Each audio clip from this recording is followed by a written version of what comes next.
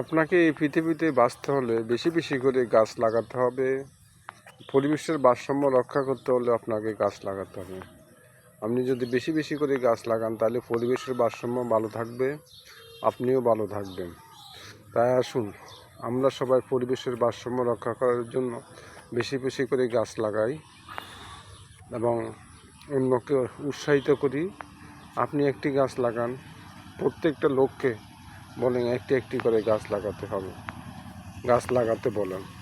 যে যত বেশি গাছ লাগাবে তত বেশি পরিবেশের ভারসাম্য রক্ষা হবে, প্রাকৃতিক দুর্যোগ থেকে রক্ষা হবে।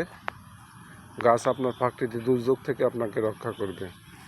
তাই গাছ না লাগালে আমাদের দেশে যে অবস্থা হচ্ছে, যে পরিমাণ গরম পড়তেছে, তা হলো পরিবেশের ভারসাম্য নষ্ট হচ্ছে গাছ না থাকার কারণে। তাই বেশি বেশি করে গাছ লাগাই, অন্যকে উৎসাহিত করি। আসুন আমরা সবাই একে অপরের কাঁধে কাঁধ মিলিয়ে বেশি বেশি করে গাছ লাগাই।